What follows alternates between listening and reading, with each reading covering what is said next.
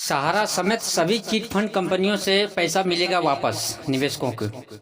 कैसे मिलेगा, क्या करना पड़ेगा, सारा चीज हम इस वीडियो में आपको लाइव प्रूफ के साथ दिखाने और सुनाने जा रहे हैं। आपको पता है कि जो भी हमारे देश में अभी सिचुएशन चल रहा है बहुत ही दयनीय है, बहुत ही खराब है। कानून के तहत जो भी काम होना चाहिए वो काम नहीं हो रहा है। कानून के जो रखवाले हैं बहुत कमजोर हैं।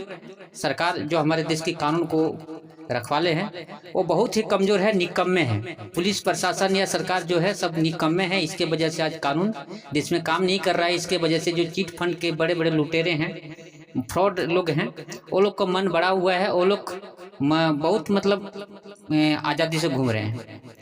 तो ये सारा समस्या का समाधान कैसे होगा, क्या करना पड़ेगा, हम आपको एक वीडियो क्लिप दिखाने जा रहे हैं मदन लाल आजाद जी का, जो लगभग बहुत दिनों से संगठन चला रहे हैं और उनको अनुभव है। बहुत सारे समस्या को झेला है उन्होंने और बहुत सालों से काम कर रहा है इस फील्ड में। तो उनसे कुछ ज़रूरी बातें आपको सुनाने जा रहे हैं कि हम निवेशकों को इसके लिए क्या करना पड़ेगा। जो ज़रूरी काम है, ज़रूरी बात है, सुनना और समझना बहुत ज़रूरी है। अगर सहारा व सभी चिट फंड कंपनियों का पैसा वापस लेना है तो हम सबको इस काम को करना ही पड़ेगा। अगर इस काम को नहीं करेंगे तो अपना पैसा को भूलना पड़ेगा। साथियों, कानून सुप्रीम कोर्ट से भी बड़ा होता है, सरकार से भी बड़ा होता है। कानून कमजोर वहां पड़ जाता है जहां उस कानून के लाभार्थी विभाजित हो जाते हैं, बिखर जाते हैं, कमजोर हो जाते हैं या अज्ञानतावश ठग और उनके दलालों के बहकावे में आ जाते हैं। अन्यथा कानून से बड़ी ताकत हमारे देश में तो कम से कम कोई नहीं है। कानून के समक्ष राष्ट्रपति को झुकना पड़ता है, प्रधानमंत्री को झुकना पड़ता है, चीफ जस्टिस ऑफ इंडिया को झुकना पड़ता है। ठग माफिया और इनकी तो औकात ही क्या है। ये तो पुलिस का एक सिपाही भी डंडा मार के इनको हड़का लेता है, झुका लेता है। तो साथियों, अगर आपका पैसा आपकी स्टेट गवर्नमेंट्स पीआईडी एक्ट या 2019 का जो एक्ट है, central act, the banning of unregulated deposit schemes act, जिसे अनियमित जमा योजनाएं पाबंदी अधिनियम 2019 भी बोल देते हैं, उसके अंतर्गत अगर आपका भुगतान आपकी राज्य सरकारें नहीं कर रही हैं या केंद्र सरकार नहीं कर रही है तो इसमें आपकी भी कमजोरी है कि आप एकजुट नहीं हैं, आप अपने ध्यान को केंद्रित नहीं कर पा रहे हैं, न कानून को ताकत दे पा रहे हैं। आप अलग अलग टुकड़ों में बटे हुए हैं। कोई आपको सुप्रीम कोर्ट के नाम पर बांट लेता है, कोई लिक्विडेटर के नाम पर बांट लेता है, कोई सहारा सीआरसी पोर्टल के नाम पर बांट लेता है, तो कोई आपको रोज वैली के नाम पर बांट लेता है, तो कोई आपको साईं प्रसाद के नाम पर, तो कोई आपको आदर्श के नाम पर, तो कोई आपको bike bot, hello taxi, science city, Samriddha Jeevan, Garima, Maitreyi, कैलकॉम आदि आदि के नाम पर बांट लेता है। साथियों, आपका ये बट जाना, बिखर जाना ही दुखदाई है, जो आपके भुगतान को रोक रहा है। अन्यथा आपका भुगतान निश्चित हो चुका है, तय हो चुका है, वो आपको मिलेगा। दुनिया की कोई भी ताकत आपका भुगतान रोक नहीं सकती अगर आप कानून को समझ लें और कानून के पक्ष में खड़े होकर हमारे 1 सितंबर 2024 से चल रहे अनिश्चितकालीन असहयोग आंदोलन में सम्मिलित हो रहा है। उसी के साथ कल एक specific memorandum Kalpataru KBCL company के संदर्भ में दिया जाएगा, जिसमें भारतीय जनता पार्टी के बलदेव से विधायक, मथुरा बलदेव से विधायक पूरन प्रकाश का इन्वॉल्वमेंट पाया गया है। मनी ट्रेल मिला है कि लगभग 2.5 करोड़ रुपए निवेशकों का उसके अकाउंट्स में गया और उसने उसे अपने फार्म हाउसेज और कोल्ड स्टोरेज में लगाया। ये ईडी की जांच में पुख्ता सबूत मिल गए हैं। इसलिए पूरन प्रकाश की गिरफ्तारी के लिए और उसके प्रॉपर्टीज को सीज और नीलाम करके निवेशकों का भुगतान कराने के लिए कल सब लोग स्पेशल मेमोरेंडम प्रधानमंत्री नरेंद्र मोदी और यूपी के मुख्यमंत्री को भी भेजेंगे, ताकि वो इसको अविलंब गिरफ्तार कराएं और लोगों का, पीड़ितों का भुगतान कराएं। और साथ साथ नरेंद्र मोदी से इस्तीफा भी मांग लेना है कि यदि आप इस पूरन प्रकाश एमएलए को, अपने बीजेपी वाले को गिरफ्तार नहीं कर सकते, निवेशकों का पैसा नहीं दे सकते, तो कम से कम अब देश का पीछा छोड़ें और अपने पद से इस्तीफा दें, ताकि नई सरकार का गठन हो और वो देश के 42 करोड़ से ज्यादा ठगी पीड़ितों की इस करुण क्रंदन को सुने, वेदना को सुने वो रावण की तरह अहंकारी न हो जाए कि ये दो वनवासी और वानर सेना मेरा क्या बिगाड़ लेंगे। साथियों, ये रावण को भी अहंकार हो गया था और उसके अहंकार का क्या हश्र हुआ ये सारी दुनिया जानती है। तो आज अगर सरकार हमारे इन निर्दोष भोले भाले लोगों का अपमान कर रही है, उपेक्षा कर रही है, उसे लग रहा है कि किसी जिले पे 10 बैठे हैं, किसी पे 20 बैठे हैं, किसी पे 100, किसी पे 50, ये क्या बिगाड़ लेंगे, तो वो गलत फहमी का शिकार ना बने। निर्दोष भोले भाले लोगों की हाय से लोहा तक पिघल जाता है, रावण तक का अंत हो जाता है। ये तो इन भोले भाले लोगों के वोट से चुनी गई सरकार है। इसका अंत होने में भी देर नहीं लगेगी। इसलिए केवल न सत्ता में बैठे हुए लोग बल्कि विपक्ष में बैठे हुए लोग भी देश के 42 करोड़ ठगी पीड़ितों की पीड़ा को, दुख को, दर्द को, इस आंदोलन को समझें साथियों। अन्यथा सर्वनाश के अतिरिक्त कोई चारा हमारे पास भी नहीं रहेगा। हमें भी फिर उसी के लिए उद्धृत होना पड़ेगा जो भगवान श्री कृष्ण ने द्वापर में महाभारत की रचना करके किया था। तो अभी समय है शासक, प्रशासक, विपक्ष अपनी ईमानदारी का परिचय देते हुए देश के 42 करोड़ से ज्यादा ठगी पीड़ितों का भुगतान करें। व्हाट्सएप 2019 के अंतर्गत उनकी जमा राशि का 2 से 3 गुना। देश के तमाम निर्दोष एजेंट साथियों को सुरक्षा, सम्मान, रोजगार, पुनर्वास की गारंटी का अधिकार दें और हिंदुस्तान को ठगमुक्त बेईमान रहित राष्ट्र राज्य के रूप में स्थापित करने के लिए जितने भी ठग और बेईमान हैं इनको BNS 2023 की धारा 111 के अंतर्गत सजाए मौत दें। हमारी ये 3 मांग हैं। अभी इन 3 मांगों को या तो अविलंब सरकार पूरी कर दे, अन्यथा हमारा ये अनिश्चितकालीन असहयोग आंदोलन जारी रहेगा। सरकार के खिलाफ हम लगातार सरकार का इस्तीफा मांगते रहेंगे। 22 सितंबर 2024 को हम देश भर में जेल भरो आंदोलन करेंगे और हमारे लाखों ठगी पीड़ित और तमाम राष्ट्रभक्त सहयोगी साथी इस जेल भरो आंदोलन में शरीक होंगे। इससे भी काम नहीं बना तो हम 2 अक्टूबर 2024 से महात्मा गांधी जी की जयंती के अवसर से पूरे देश में आमरण अनशन आरंभ करेंगे और हमारे लगभग 150 आत्म बलिदानी साथी अलग अलग स्थानों पर आमरण अनशन आरंभ करेंगे। मैं भी आमरण अनशन आरंभ करूंगा साथियों। 19 सितंबर को मैं उत्तर प्रदेश के बिजनौर में रहूंगा।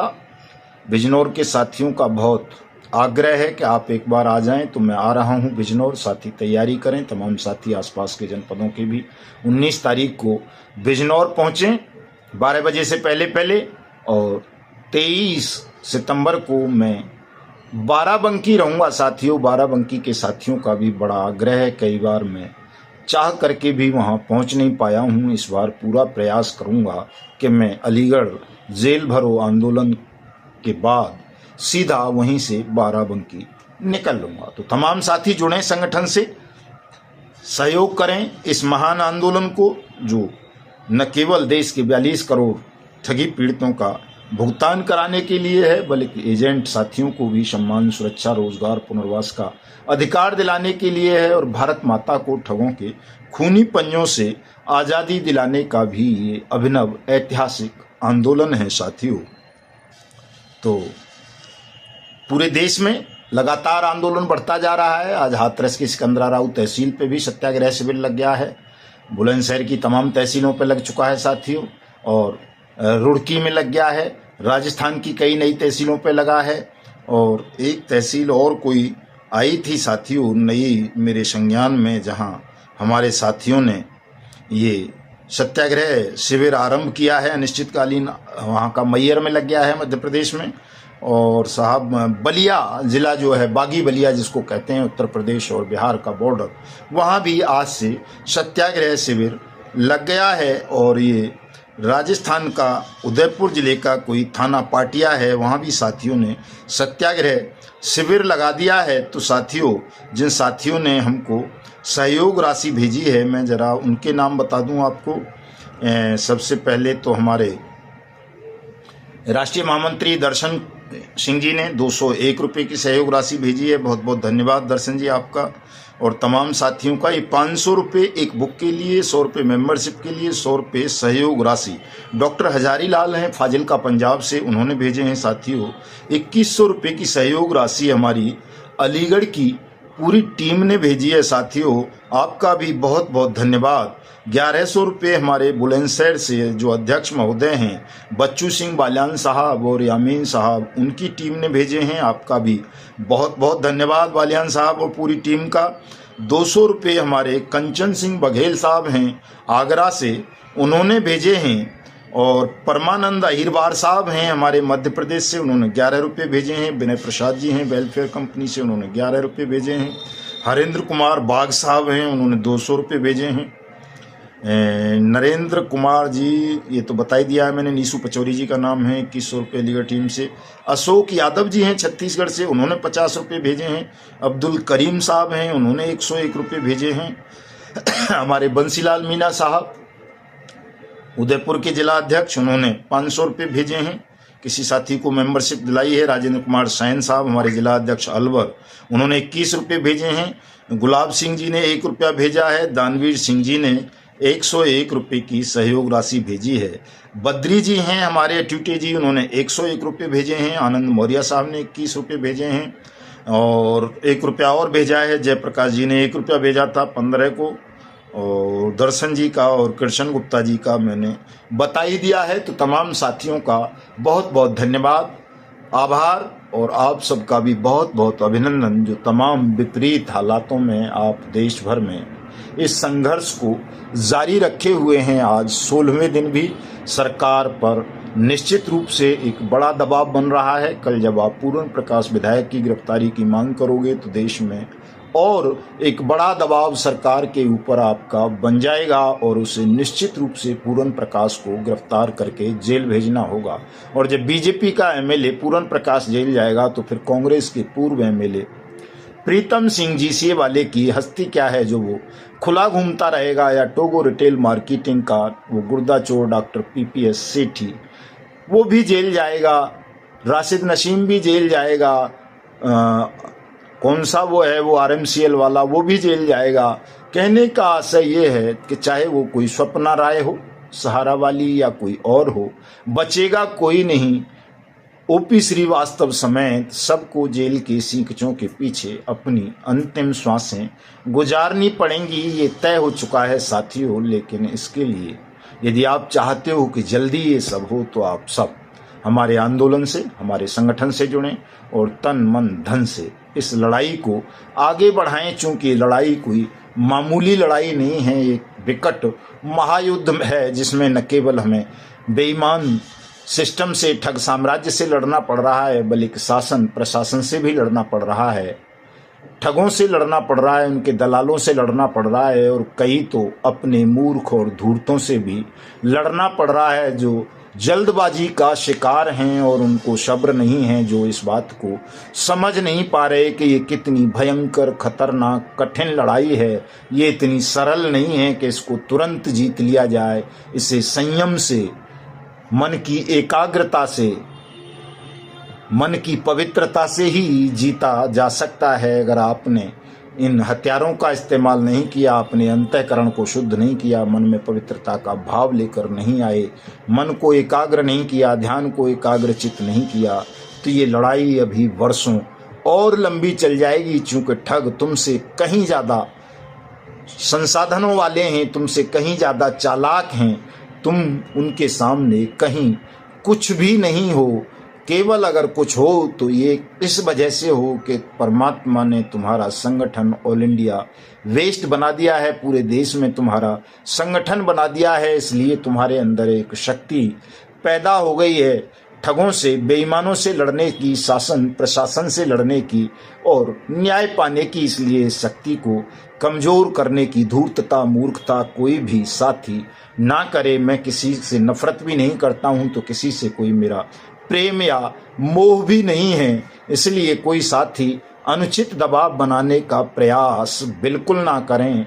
आप सब स्वतंत्र हैं, जिन्हें लगता है कि हम स्वतंत्र रहकर ज़्यादा बढ़िया काम कर सकते हैं, तो आप कर लें। और यदि आपको लगता है कि हम संगठन के साथ रहकर इस लड़ाई को जल्दी जीत सकते हैं, तो आप सबका स्वागत है। किंतु तमाम साथी संयम बनाए रखेंगे, अधीर नहीं होंगे। अगर अधीर हो जाओगे तो हम आपका कोई सहयोग नहीं कर पाएंगे। मिलता हूं कल। जय हिंद, जय भारत।